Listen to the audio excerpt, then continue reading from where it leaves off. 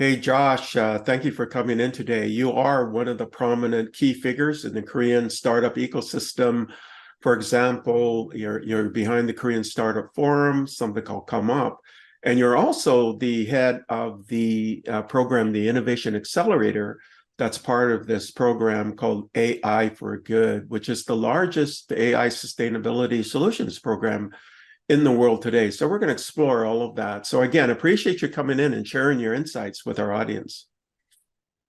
Yeah, thank you very much for having me. And I'm very, very honored to be called as an important figure in the Korean startup ecosystem. And yeah, I'm playing a little bit of a role to help, the Korean ecosystem, especially the startup ecosystem, grow in a collaboration with also global ecosystems. And then, yeah, I'm very, very happy to be here to explore more about what I'm doing and how actually we can help the innovators, make the impact in the world through the startup ecosystem. Well, this is great. Now, my audience is actually the two or three top viewers of what I do or follow my work are actually founders, CEOs, and co-founders. They're typically 1, 2, and 3. And then usually board members are quite high up there. And then we also get professors, engineers, experts, and students. But it's always these sort of CEOs and investors that tend to be really high whenever I do these interviews. But they're always interested. You have this amazing career. You're definitely having global impact. And they're interested, like, what are the 2 or 3 inflection points in your life that made Josh who you are today? And it could be something that happened when you were really young. It could have been a mentor, maybe something that happened in school or one of the jobs that you have. Right. Yeah, I'm really happy to talk about that thing. Firstly, well, before I moved to Geneva, I worked in one of the internet service company in Korea, which was basically a local search engine. And then that time, well, I was really, really fascinated by the really changes, innovation that was driven by the tech companies. Even if I was not really technical, I didn't really have a technical background in my university. Mainly my job was some kind of strategy development or some kind of, marketing thing. And then, but one thing I really was so happy to see was that, well, only 2000, there was a big really changes in our society. Actually, the internet, boom was really going up. And then we just launched several really immature like internet service, like internet community, email service, and such engine. But even with that small, a thing, and then we saw a lot of big changes in our society. So, for example, we opened some kind of internet community, but that time even that the smartphone was not there, even just 2G, mobile network was just available. But I mean, I just saw the potential of the internet and also other technology to make our world more democratic and so more engaging, people to make the change in society. So that time I saw that kind of potential. I just thought that I just wanted to make the leverage. I just wanted to leverage my experience at this tech company to help developing world to develop their social economic situation. So that time I just made a decision. Okay, I wanted to go somewhere outside of Korea to bring some of the experience and then technology that I have witnessed in Korea and apply it to the certain other places, especially in emerging economies, so that I can really help people more engage in their economy, to make the more economic growth and social development. So that was the moment that I really wanted to go outside of Korea, and I decided to study in Geneva in Switzerland. And then, so basically I studied some kind of MBA, but more focused on some kind of nonprofit area. So basically what I actually learned from the MBA at the University of Geneva was how to apply business practices into social economic development. And then I just realized that even the United Nations is doing something in that area, especially in the International Telecommunication Union. They have the pillar of a development sector. So they actually were very active in, the making the most use of the ICT and technology and social economic development sector. And then I just decided to do something there. So I got it, luckily found the internship opportunity. And since then, I was luckily able to work in this really great organization for around 10 years. And then I was able to be very engaged in the AI Focus Summit, and then the AI, and blockchain, a lot of really cutting edge technologies really coming in that season. And then I just, so that was the really some kind of really, breaking moment in my life to really change my career and also make myself be a person for now. So that was the first step. Okay, so what I'm hearing is that you saw in Korea the impact of the internet and the proliferation of the internet. And this is before smartphones were out there, but you could see that it was really transformational. So you started working for an internet company, and you were able to see how digital inclusion and digitalization could have an impact.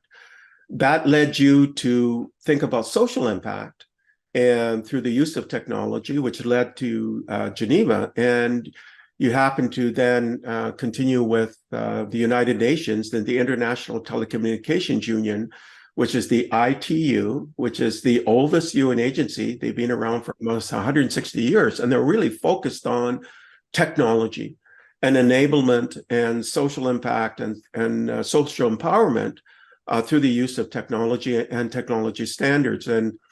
And from that, you gained even a bigger appreciation of how technology could help and empower and enable people. And that's where you came across AI as well, because the ITU is the host, founding host of the AI for Good global program, which now is a global meme, and it has something called the Innovation Factory and so on. So I can see this journey, how you started off and how it's been so impactful for you. So let's kind of mind a little bit of that background. You're at the doorstep of ITU. You end up working with ITU, and you actually end up working in their AI for Good program. Can you talk about the AI for Good program in more detail, and then what you specifically do with them? Right. Yeah, well, while I was working at the ITU, and then I was so impressed by the work of this organization, especially, and some kind of really global impact in every countries in terms of standardization, some kind of radio frequency management, and also some kind of development. But one thing I was always a little bit, how can I say? The one thing I was always looking for further was, now, how really we can really make the real impact, how really we can make all the people get together and then have a really practical discussion on how actually we can leverage everything that we have into one place and then actually make something further. Because there were a lot of interesting reports, a lot of interesting discussion, the conferences that we had through the work of the United Nations. But sometimes I realized, who actually is reading this report, actually, who is actually doing something based on this report. But AI for Good was kind of really, for the first time in my life in the ITU, was a real practical debate and discussion, and how actually we can actually make the leverage the ITU, and then what we can see, what we have to achieve. It was a really action-oriented, program. So we are very much proud of actually doing these things. Also, thanks to your really initial, support and help to make this, event happen. So basically, that was a really great event, because it was kind of a really first time ever experiences in my life at an ITU to really make the real impact. And it's pretty much different from other just traditional, conventional way of doing something from the other United Nations. So the AI for Good was kind of first time event where not just the United Nations or the public sector people are coming, but also lots of people from private sector, companies and those AI experts work together. And there's a really, really beautiful collaboration between public and private sector and the company and the governments and the individuals and the academia. So that was a really fantastic event. So I thought that time, also it would be very interesting to also engage really innovative startups to have a discussion on this platform, because sometimes we have a lot of high-level discussion, but actually a lot of innovation also is coming from the startups. So actually, practicing, all those technology in their field. So I think that was some kind of background on why we also were able to create the Innovation Factory initiative under the pillar of AI for Good. So you talk about the AI for Good program, really quite unique in that you've got governments interested in supporting it, you've got UN agencies supporting it, you've got private industry, corporations, and experts in AI, and associations associated with AI and NGOs. It's really very multi-stakeholder, very interdisciplinary coming together, and that makes it quite unique. And it's focused on practicality. In other words, what are solutions that can be used in a good way, using and leveraging AI to enhance people's lives around the world, and in fact, the 17 Sustainable Development Goals. And then you mentioned, you looked at this program, but you also have startups that are really wanting to innovate and wanting to scale their AI globally and doing it in run a meaningful solution. So can you talk a little bit more about the Innovation Factory? Like, if I'm a startup, how do I get engaged with the Innovation Factory? How is the Innovation Factory organized? Yeah. So basically, the main purpose is to, help innovators who have a really practical technical solutions scale up their solutions globally and actually apply their solutions to the area where they really need that solution, right? So we basically try to bridge the gap between the solution giver and then the solution receiver. So the Innovation Factory is some kind of bridging platform between the startups and then solution, anyone who need that kind of solution. So basically, what we do is to have a really regular, some kind of demo day type event where any startups with a really novel AI-based solutions to make an impact from SDG perspective apply for this program. We have some kind of pre-screening process. Then we select 4 or 5 finalists at each a session, and then we give them an opportunity to have a pitch on their solutions in front of the really top level investors and then top level accelerators and also UN also AI experts, and also into just the general public from everywhere. Especially during the COVID-19, even we are able to reach out even the wider range of audience, thanks to this online platform. Then the winner of each session also will be invited to the grand finale of the program every year. Then they got some kind of prize, but it's not just the kind of a prize-focused competition. Rather, it's more like really accelerating the platform where the startups can benefit from being mentored by these advisors, the investors, accelerators, who will be very happily connect them to anyone in their network who need their solution to be applied. So basically, again, this platform is to help startups to scale up their solutions. So if you are a startup, you can apply for this program anytime. And of course, we have sometimes a thematic session. So if your solution really fits with that specific theme, for example, environment or like health or whatever, then you have a chance. And then if your solution is really well received, and there'll be immense possibility of using your solutions in every places in the global market. So what I'm hearing from you, Josh, is let's say I'm a startup. I can go online to ITU, AI for Good, Innovation Factory. I can find the webpage. There's a link there where I can fill out a form and say, hey, I want to apply. And then you have some kind of a screening process. And then some of those who apply will then be invited to pitch at a session. It's a virtual session, which means that people online and also within the ITU can manage this, and you have renowned judges judging this event. And out of that, the winners get amplification of their solution, and the audience there'll be investors in the audience, there could be companies and others in the audience, and we'll say, hey, that's a really interesting application. We'd like to connect with that company. And of course, you act as a bridging platform between this event and then the investors or corporations and others who may want to use the solution. What you're saying then is that out of those finalists, you have winners, and out of those winners, let's say 5 get invited to the grand finale. And the grand finale used to be online, but it's now a combination, I guess, online and in person. And it's at the AI for Good Summit, right? Yeah. And I think this year there was 25,000 attending either virtually or in person. Okay. So over the entire summit. So that's a great venue. And of course, there's prizes and so on as well. So that sounds like a really interesting program, and anybody in the world can just apply. And it's UN, so the UN is all about trying to empower others, right? And do it in a equitable and inclusive way. Now, because you've done this for a while, I understand you mentored and advised over 100 startups. I'll bet you. In how many countries?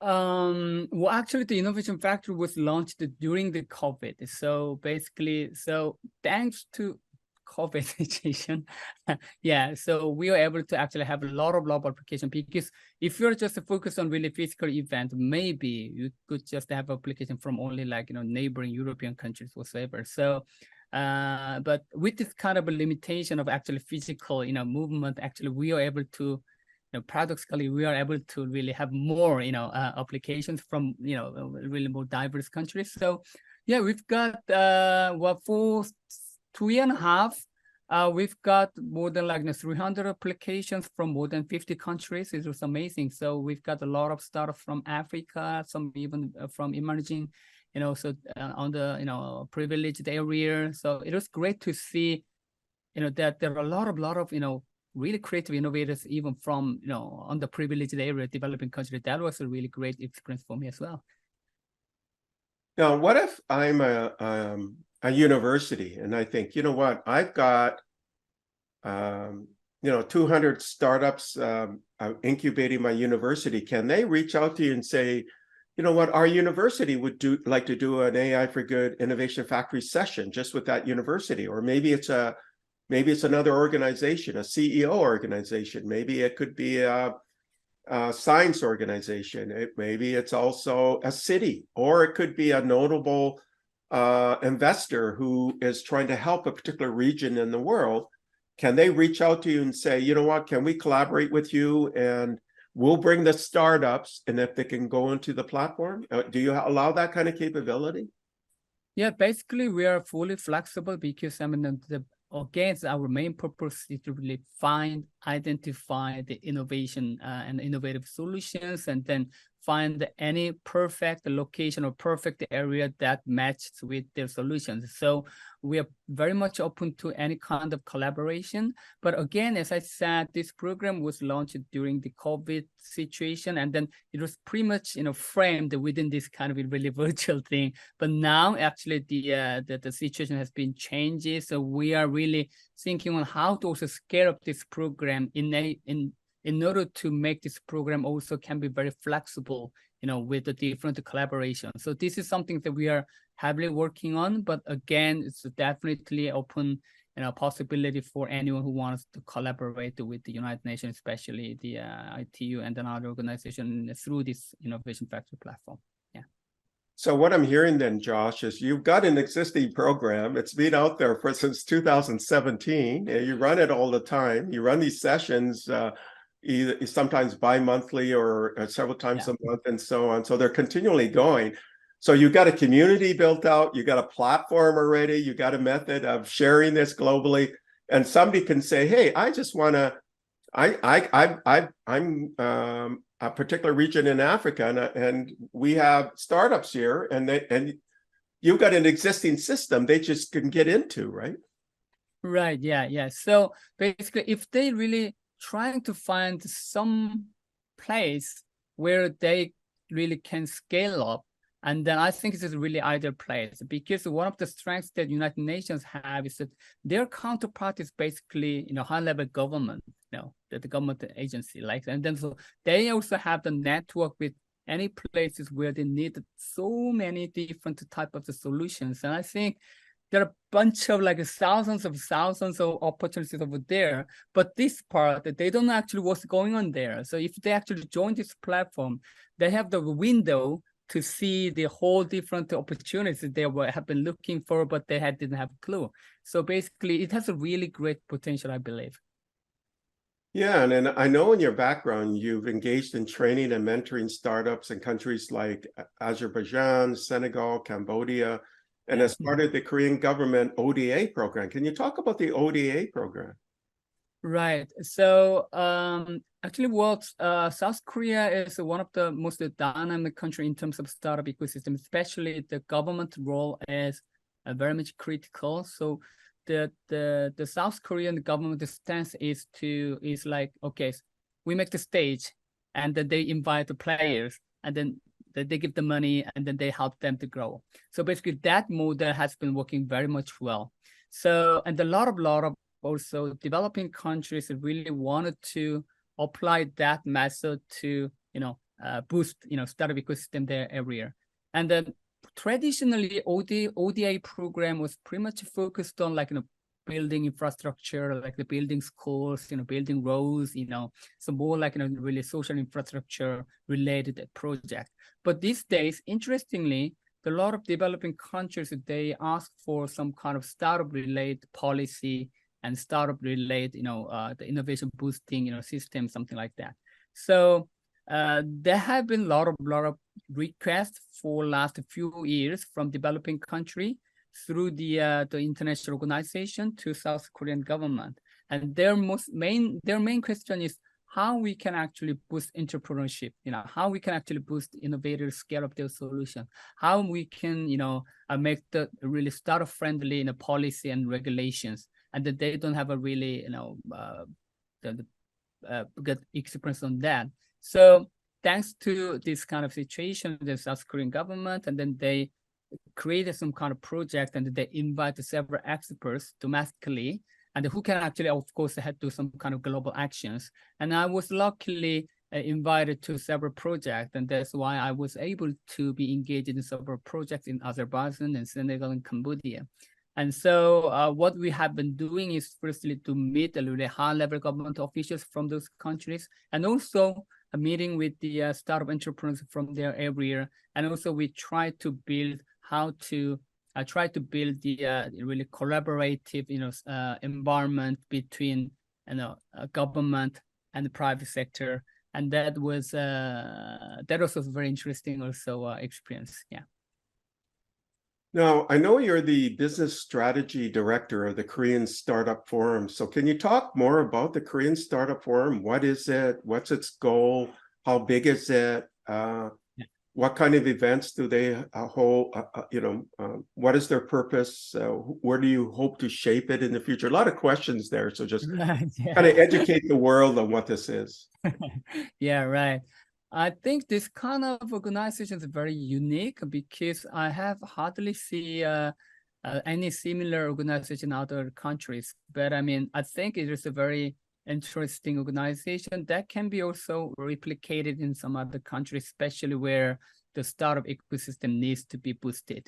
So actually, South Korea has kind of 20 unicorns for now, but even 6 years ago, there was just one unicorn, I think. And then even the unicorns now, they used to be some kind of just a small startup, even 6 years, 7 years, right? And then their business model is pretty much disruptive in existing market, like fintech and AI, some kind of, their business models will pretty much have a conflicting with the existing conventional system. However, their system was so innovative and there's so much more customer oriented rather than really the conventional the business model, which is sometimes have a lot of limitations. But the problem was that even if they have a really great ideas, and then because of a really strict regulations, they were not able to really deploy the business model. But I mean, it is not a question about just one company. So there were several startup founders at that time.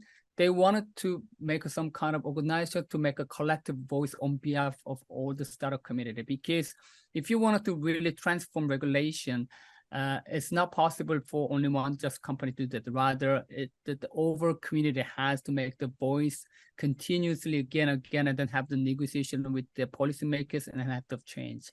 But that's some kind of unique situation in Korea.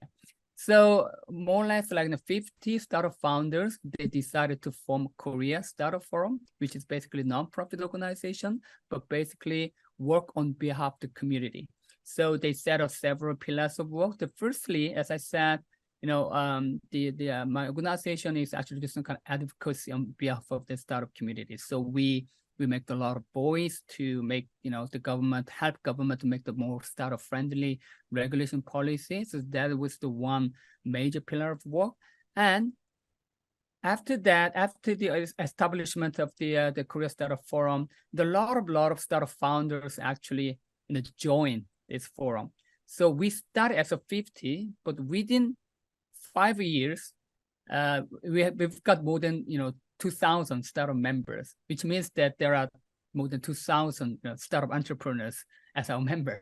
So thanks to this community power, and then we definitely care about our members' interest.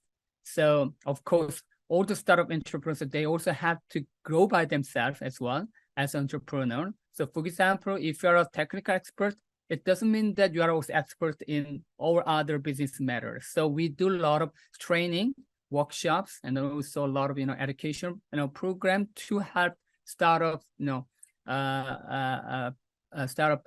do their business better. And then also we do several other the profit making activities, just like COMEUP and some other startup events and some kind of other community activity. So these are the basic main 3 pillars of work, and this is some kind of short background of history of this organization and the role, our role in the Korean startup ecosystem. I see. So I can see why you have the Korean Startup Forum. There's a bigger voice or clout you have if you work as a group rather than as single individual voices. And by creating this organization, this forum, and you have over 2,100 startup members, then when you talk to government about policy and regulations and support, you can do it as a community to initiate change, which will make it easier or more friendly for startup and innovators. Also, as you mentioned, startup founders don't have expertise in every area. So you put on tutorials and workshops and so on to help guide them on their startup journey. And you act as a bridge to investors, mentors, and other stakeholders because it's a community. So I can see now why you created this, or this Korea Startup Forum was created. And I can see why you're the business strategy director, because you're going to be involved in all of those aspects, right? Connecting with investors, mentors, stakeholders, working as a community, as a voice to invoke change. And also you have expertise that you can share around the world as well. And you can help scale startups in Korea by doing strategic partnerships with different communities around the world, so that a Korean startup would then have an easier time entering into other markets, right? So right, yeah, exactly, yeah. So tell us about COMEUP. What is COMEUP? Right. So COMEUP is a really good vehicle for us, as you said, to bridge our members, but not just the members over in the startups in Korea, to their business potential partners and investors through this event.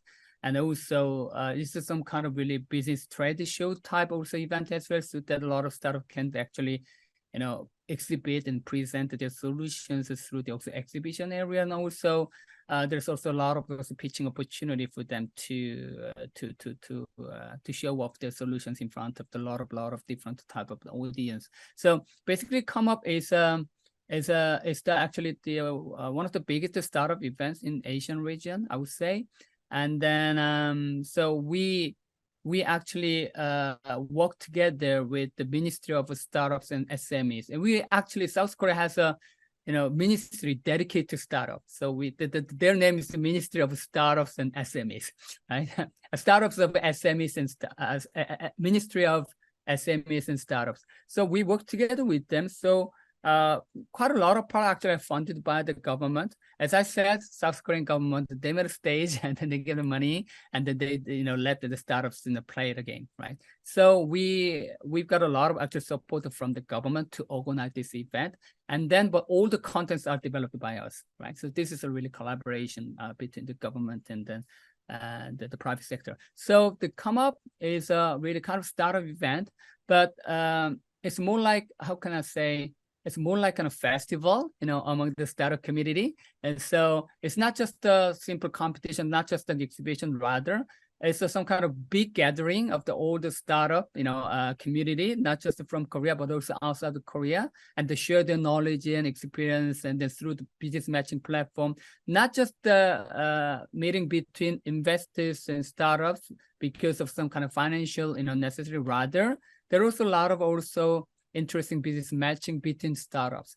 So we've got a lot of interesting examples on how the startups actually work together with another startup and then build some kind of sometimes a joint venture, sometimes joint projects that can actually make the synergy. Even there was some kind of M&A between the bigger startups and smaller startups. So that's something really actively, making these days. So it's actually COMEUP is a place where any startup community members get together and they get a lot of benefits from different side of the side of the benefits. So the business matching, as I said, the pitching competition and the pitching opportunity, and also the showing of their product and the meeting with the people and having fun together, right? So that's the some kind of identity of COMEUP. Yeah. Okay, well, that's really, really interesting. So when is your next startup event? It's quite close now, actually 8 to 10 in November in Seoul. And then we've got also a lot of interest from outside of Korea, especially Saudi Arabia, then UAE, these kind of Middle East countries. They also like a lot of startup in that area. So they're coming. Also, the ministers are coming to see what is really happening. So we will have also a lot of global audience this year.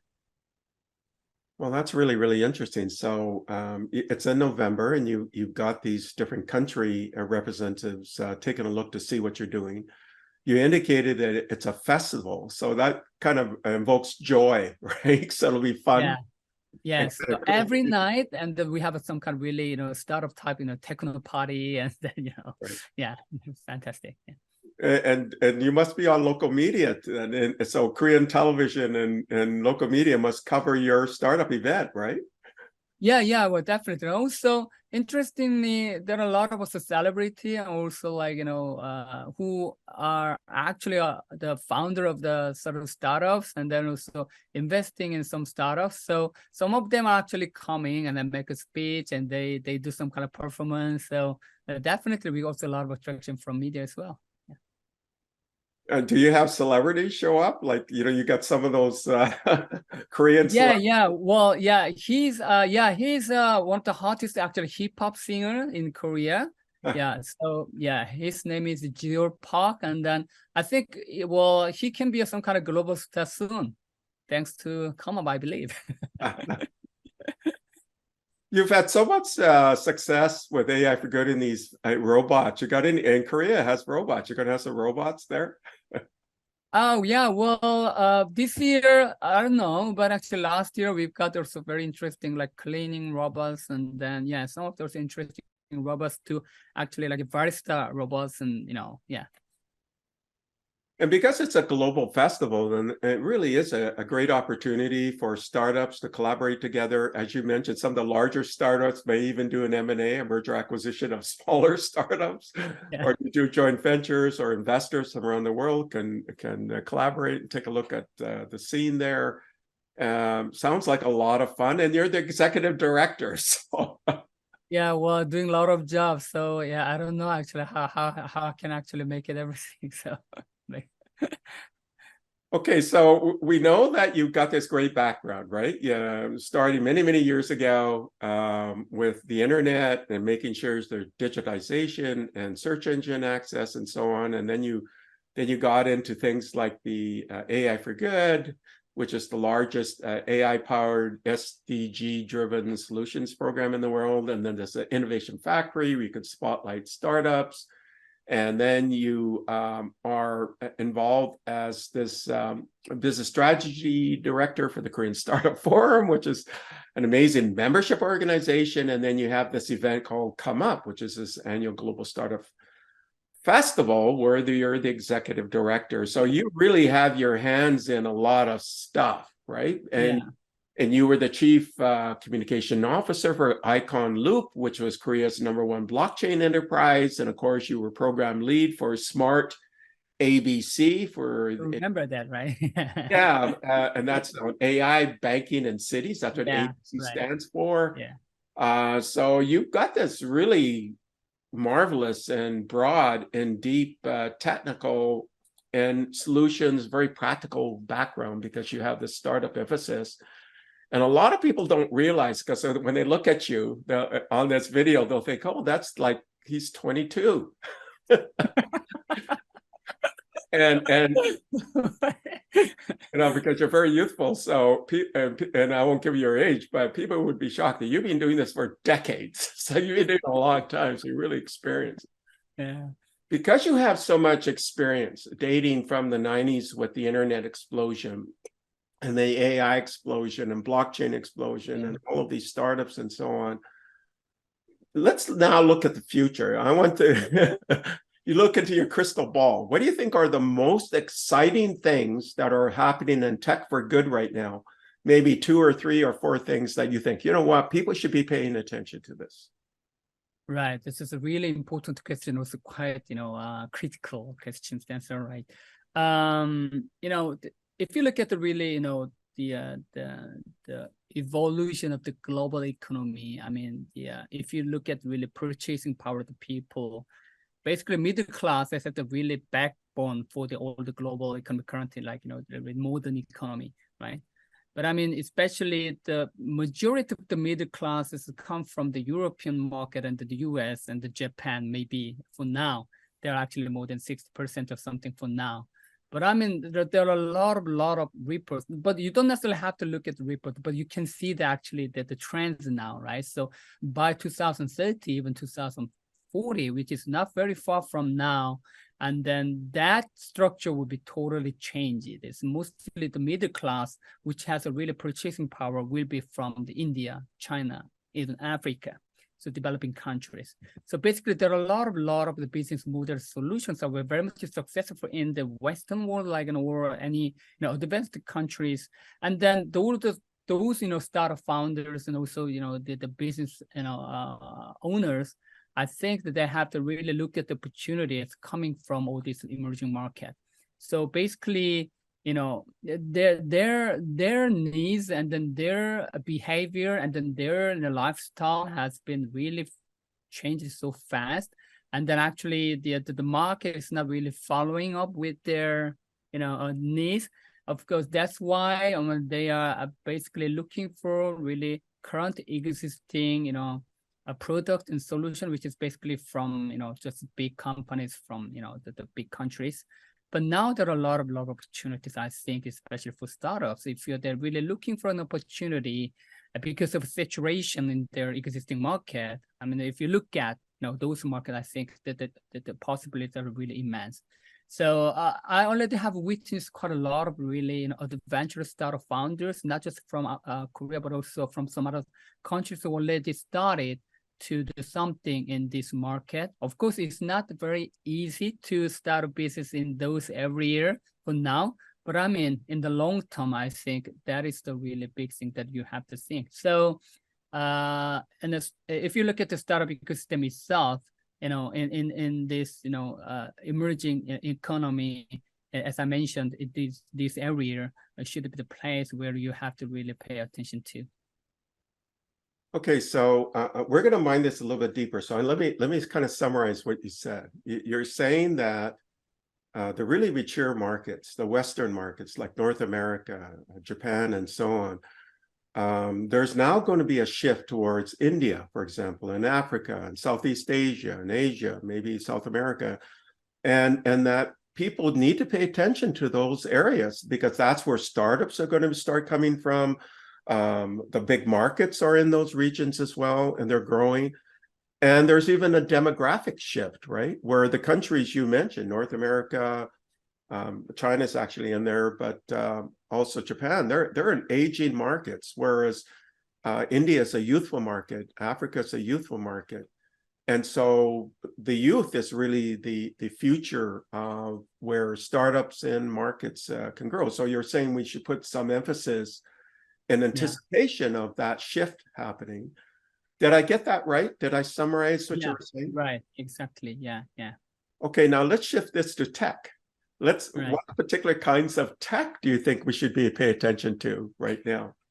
I think that a lot of audience who are looking at this interview will be much more better in a technical expert than I am. But I mean, I can humbly say, right, in texting, well, of course, there are a lot of experts in the generative AI, like LMM. So I don't want to just mention about all this because it's a lot of discussing outside. Yeah, but let me just interject though. But you're mentioning that is something we should follow, right? Yeah, right. Yeah. Generative AI is not something we say, oh, we're not going to pay attention to that. You're saying that's a trend that we got to keep following, right? Right, definitely, yeah.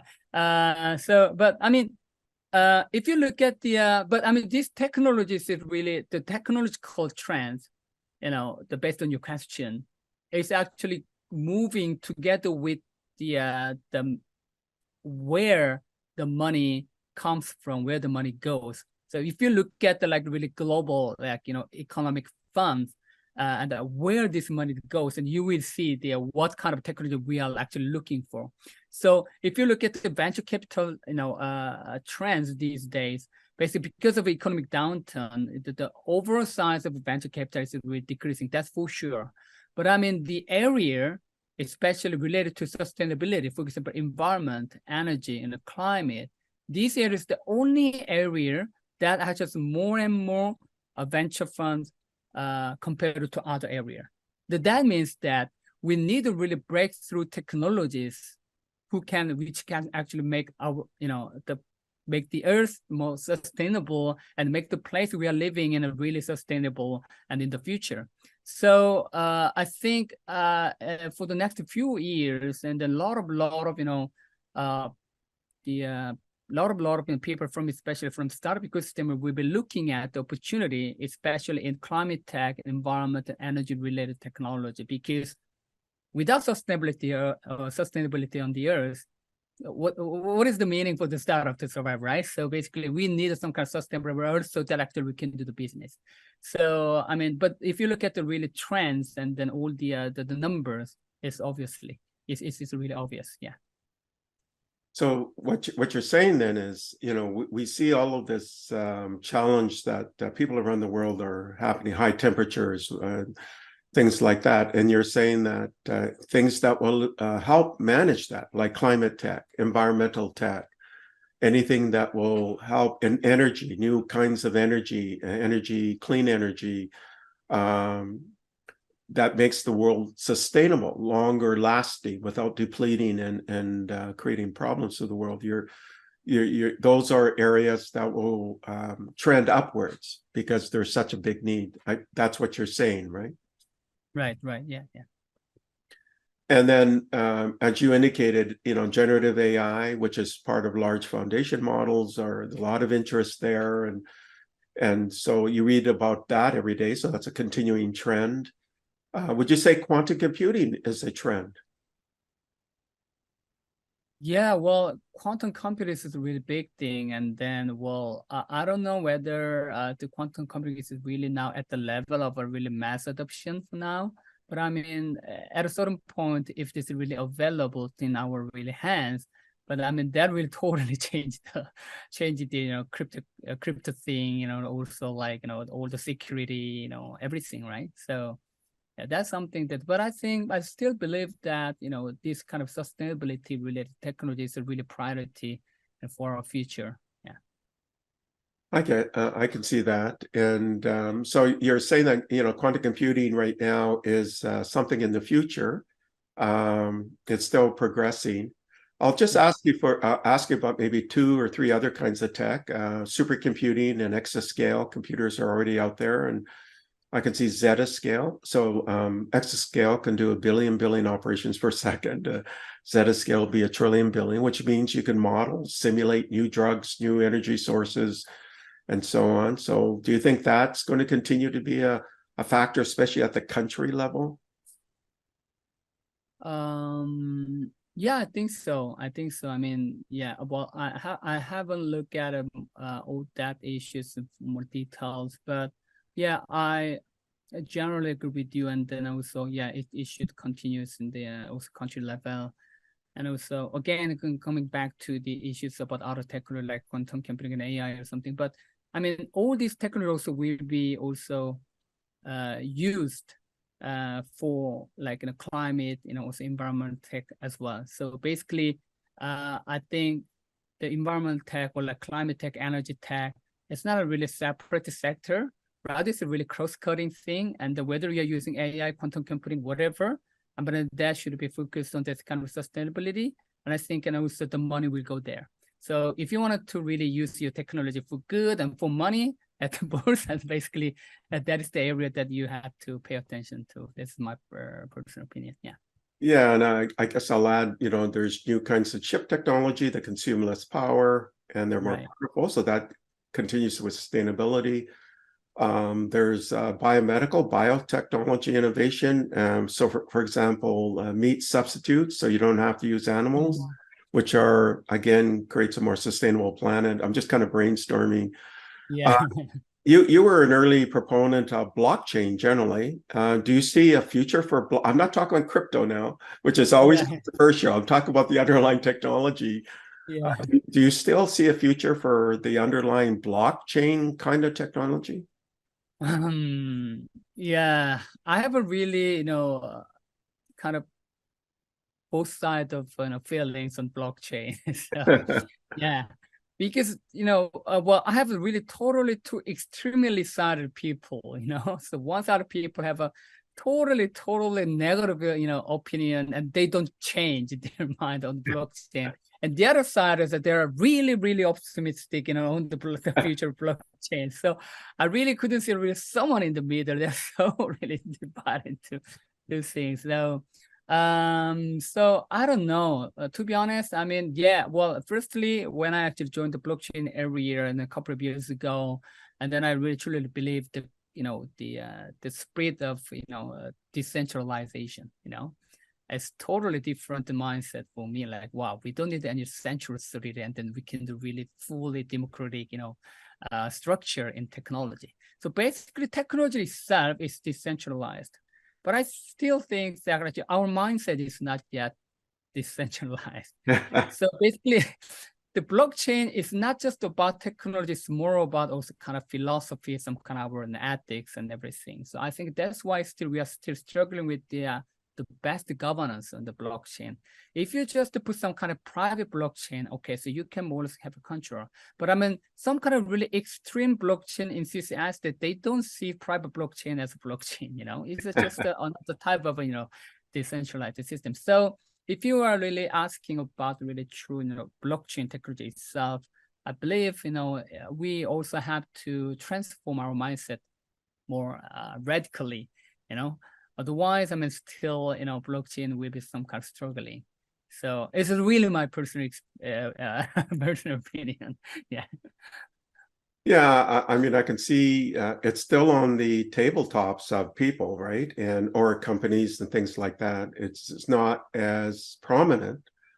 and but it's still there. And in fact, the metaverse was really prominent until ChatGPT came out, right? Yeah, That right, right. ChatGPT just kind of, or GPT, or large foundation models, these large language models, large fusion models have kind of dominated the conversation. Right, right. Yeah, exactly. Yeah. And also, well, interestingly, like in the blockchain community, they were luckily able to meet the major issues for last few years. So firstly, what the blockchain, well, they were really boomed thanks to like a really boom of the crypto. And then people were a little kind of disappointed with crypto. And after that, well, there's some kind of the issue about like decentralized ID, some things. And then, oh, yes, this is the area that we have to look at.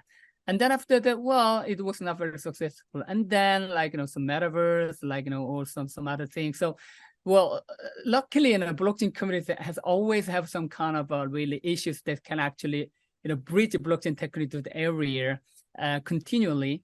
However, still, we haven't seen, especially from the general public's view, we still haven't got really tangible, product or service that were really embedded with the blockchain. So that's the really key issues that the blockchain community have to solve. How really can make the people feel, okay, blockchain is there. So yeah, it's kind of still a long way to go, I believe. Yeah. I mean, you still, even on the metaverse, there's the Metaverse Standards Forum. They're still progressing. They've got thousands of companies and organizations Right. supporting it. Web3 Right. is part of that. You had Apple release their Vision Pro, or announce it this year. So it gives a picture where it's totally immersive and it's part of your everyday environment, where everything looks really, really real. When I saw that demo, I was thinking, gee, I could use that instead of these super monitors I have. If I just wore this thing and I have a 100-inch screen, multiples of them around me, right, which I can interact with. I can see a utility, a usefulness, though it's expensive. So I guess the undercurrent of all of this is still continue, but right now, what's consuming all the news is GPT-4 or Bard or Palm 2 or Llama 2 or Right. Yeah. They would have just like a black hole, like and this is maybe a bit of a philosophical question. Do you think we'll hit AGI, artificial general intelligence, where, and I'm not saying it's human, just something different, but it's extremely powerful and is capable as a human in some ways, and maybe exceed our capabilities in others. And some will say that we already have that, but you believe in AGI will happen within 2 or 3 years? Well, it's a really kind of $1 million question. I believe, like whether you can predict whether it's available in 2 and 3 years. Even the Sir Ray Kurzweil, these kind of big shots, and they sometimes have a wrong prediction. They have also all different predictions. So I'm not sure if I'm really positioned to have some kind of prediction on whether it's available in 2 or 3 years. But I believe, everybody's just witnessed how really ChatGPT come into the world so fast, right? So, and then it really make all the development of AI much faster compared to the era that we had lived before the ChatGPT came out to the world. So, I think it's just some kind of a question on how we can actually define the AGI. I mean, even ChatGPT can show a little bit of kind of sense of like an AGI, but sometimes, but actually that AI actually doesn't even actually truly understand what they're saying. You know what I mean, right? So basically they come up with an idea, but actually they don't have a really reasoning. So if you define AGI as a really intelligence that truly understand the why they are saying, there could be something really big, right? But I'm not sure because whether it's really available in 2, 3 years. But if you expect a certain more, upgraded version of ChatGPT, and maybe in 2, 3 years, we will see some intelligence who can perfectly behave and say just like a human, because sometimes if you look at the result of ChatGPT, of course, there are a lot of problems such as hallucination, some kind of really fake things, but sometimes you were really impressed by the answers that they come up with, just like a really human being. Sometimes they show irritation with the other question, right? So yeah, so we'll see, but yeah. I mean, do you use large language models in your work? Like, do you use like BARD or Yeah, GPT? it's very useful. To be honest, they're really, really useful. So, for example, well, actually, you know, the when I asked by you to send you some kind of my profile, some kind of short bio, and I just asked the ChatGPT and tell me about Josh Choi from COMEUP and Korea Startup Forum, and then he and he or she it has came with a pretty much well, a structured sentence. Of course, there are some kind of wrong, things, that wrong factor. But I mean, it was much better than just asking my, colleague or secretary to write down my. It's much better quality. So, I mean, it was a really impressive result. So not just on that, but also when I do some kind of research, when I do some kind of even some kind of ideation on some kind of program of the event, and then if I really wanted to some kind of really summarize the trends, I mean, obviously they're really, really helpful. So, well, that's amazing. That's true, right? That's for sure. Yeah. I use Bing AI and I compare it to GPT-4, and I use the plus version, right? Where you can Yeah. use the plugins and things like that. And I was thinking maybe I should try BARD as well. But I use Bing AI all the time. I mean, I'm probably every day, and I like the fact that you can talk to it on your mobile. You could actually talk. Yeah. It talks Yeah. Yeah. Right. and Yeah. I find it quite useful. And that's why it's integrated into my work. And it's interesting, Microsoft 365 has this Copilot program. I think it's still in beta, or it's a limited preview or whatever, like not everybody can have access to it. But once Right. that gets widely available, and I mean, I would use it, right? Right. Yeah. Yeah. But I mean, it's a really question about the our expectation, So for example, in a real world, there are a lot of human experts in a specific area, right? So we expect some kind of expertise and knowledge from them. But I mean, we don't really expect some kind of true neutrality from a person. This is not possible, right? But I mean, we sometimes have some kind of expectation on our artificial intelligence to be truly neutral. But I mean, it's obviously up to the what kind of data, what kind of model that you actually put on. And so basically, I don't know. I'm really not sure if we really can make kind of a really neutral intelligence to give a really, really, objective, the opinions and the reasons. So I mean, so I think even artificial general intelligence, meaning that, so there will be a lot of different type of AGI who have a different like personality or like right? Otherwise, I know how we can make a really neutral thing, because we are all different. Like 7 billion people are different. They have different opinions and thoughts. So, I mean, so that's why also a lot of people also in the AI for good have raised the concerns that, the AI can be owned by really some really experts who have also their own personality, their own personal opinion, right? So how can you really make AI really neutralized? I mean, so it's a really question about what really exactly expect from the artificial general intelligence. I mean, yeah, I mean, it's a very interesting chat, but yeah, so I think that's also another concern. Yeah. I guess that's the advantage of AI for Good, hosted by the UN ITU, is that it's a cross-sector conversation. It's multi-stakeholder. You get all 40 plus UN agencies involved. All these corporations, governments are interested. You got people from many different livelihoods involved. So you get a really broad spectrum of viewpoints, right? So Yeah. and then you're at the heart of it, Josh. So. Oh, that's really honored, but I mean, also I feel some kind of some kind of really, in positive sense, some kind of stress, because, and I always think that, okay, I have to do really well, I have to do really right. And also, I also have to learn more. And then, as the more and more, the expert I meet, and then the more and more I feel I still need to learn. So yeah, I'm very honored to be the center of all these initiatives. And then I think I'm really, really lucky to be able to work with the really great people, including you, Stephen. And so, yeah. Well, Josh, we're at the end of the interview, and I only have one more question. And the question Yes. is, what's your recommendations to the audience? Recommendation to the audience, but the audience are mostly like, some kind of really tech experts, right? Yeah, the bulk of the audience have some kind of technology background. Yeah, for sure. Yeah, well, recommendation. I don't know.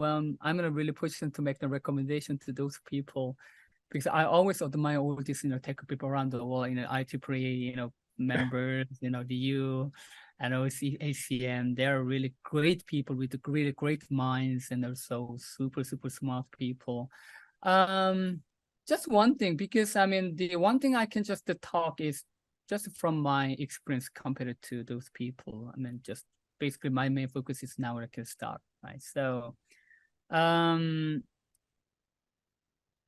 still there are a lot of actually startups are really trying to build really technical solutions, but they are not really truly technical expert compared to the really kind of, these members who are really working on the standard, so they're trying to always find if there's any really technical fault or whatever, right? So basically they are how can I say, the mostly startup founders are the people who are really good at, applying, actually, utilizing those technology to solution. So I think it will be still good, I believe, to collaborate more with startups who actually trying to, utilize those technology to the area to need solutions. So, and then if you have a more and more conversation with those, tech startups, and then I think there'll be really mutual, benefits and synergies. So those members can understand better in terms of practicality, but also the startup founders and then entrepreneurs also have a better understand, some kind of a technical expert. So I think would it be good to have more and more opportunities in place where you guys also meet with startups, and that'd be great. You just triggered another question, because you're in the startup space for so long, and you think about startups, and you mentor startups, and you see founders. If somebody's out there thinking of doing a startup, what are maybe the top 3, 4, 5 attributes to make for a successful startup? Ooh, right. Okay. So firstly,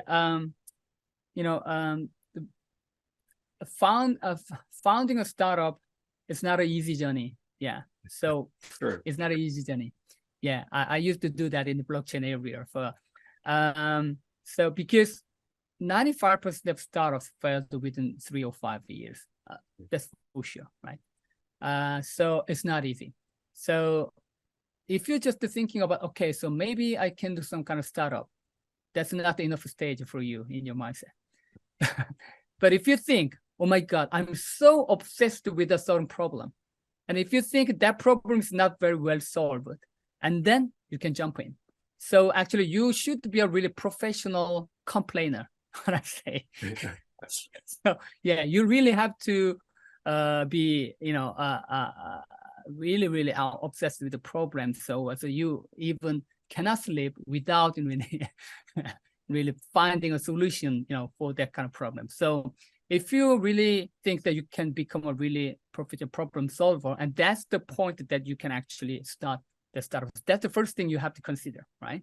So rather than just interested in doing something in your own business, you really have to find the problem. That's the first thing.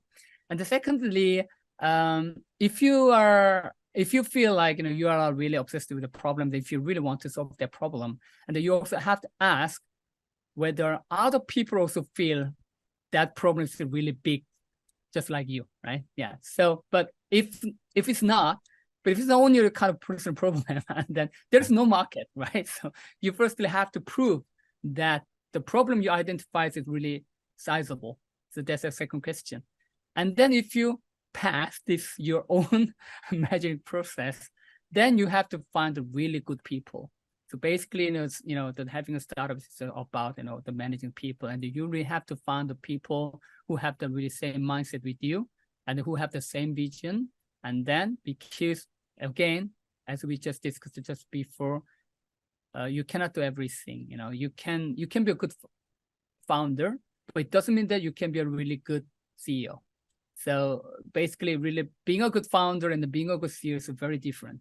So you really have to find partners who can do well in operation, who can do well marketing, who can do well like strategy, who can do the operation, everything. So actually finding the right people to help solve that problem. So that's the third thing. So you asked the three things, right? So I just mentioned these three major things. Yeah, or it could be 5. Because those are great. You said have a problem, make sure you're passionate about the problem, make sure that you want to drive for a solution of the problem. You said make sure that other people see the same problem, and that you can drive for a solution. You said find the right people, because it's not just founding. You got to have the right skill sets that make for a successful startup, and you can use like the business model canvas to get an idea of maybe some of the different attributes you need. And it could be, and just 2 or 3 people have all of those attributes, but you got to make sure that you cover all the bases to help. What are two more things to have in a successful startup? Then if you are not a English speaking person, or if you're living in a not non-English speaking area, but you also have to take into account global expansion. You don't necessarily have to start right now, but you have to start thinking about global expansion at the beginning, right? So that makes sometimes big difference between the startups who already started with global mindset and the startups without it. So I think that's the thing, because especially in this kind of economic downturn and really fluctuation, sometimes actually your domestic market actually, it's not enough for you to grow. And also, who knows, maybe some other places, they really need your solution, even if your solution is not very welcome in your domestic market. It's just more or less just enough. But in some area, that solution is really something that have their big pain points. And then there are several examples of these kind of things as well. So one of the really successful startups in South Korea, and they exited. They actually they sell their company with like $2 billion, but they started with just $1 million something. But I mean, their business model is not very working well in the domestic market, but they are globally really welcomed. So there is always kind of opportunity there. So yeah, fourth, they're thinking about the global expansion. And fifth, and this is really last result that I always ask to our startup founders. You basically start with your startup because you think that you really want to solve a problem, and that you feel you'll be very happy when you solve the problem. So basically you start your business for your happiness. But at a certain point, you realize that where's my happiness? You just lose your own original mindset. And so if you feel like you are just like, really burnout, and that there's no really meaning of your life or whatever, and that's really typical, and not this really critical tipping point that you have to think about whether you have to continue this journey or not. Even if you just, think that, okay, I just don't want to go more, it's not your failure, right? So, but sometimes a lot of startup entrepreneurs, they're really concerned, they're really worried about failure. But I mean, there's no really, failure exit. There's no really failure like M&A or whatever. So basically, there's another way, right? You have to think about it. So it's kind of really, 5 steps until the end of your journey. So, yeah. So just to kind of summarize then, you have a real problem, make sure that that problem is shared. You're Yeah. with passionate people, have a great team that addresses all of the gaps, make sure it's scalable.